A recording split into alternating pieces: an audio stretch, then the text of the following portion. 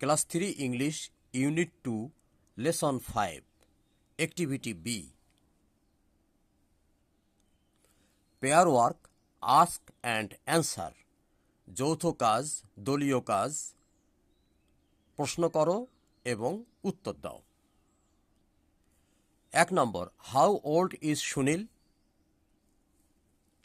এর উত্তর হলো Sunil is 8 years old What is his best friend's name? তার সেরা বন্ধুর নাম কি?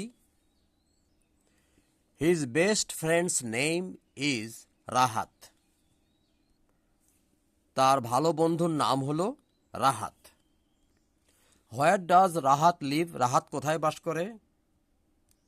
Rahat lives near সুনীল's house. What do they do in the afternoon? বিকেলবেলা তারা কি করে? They play football in the afternoon.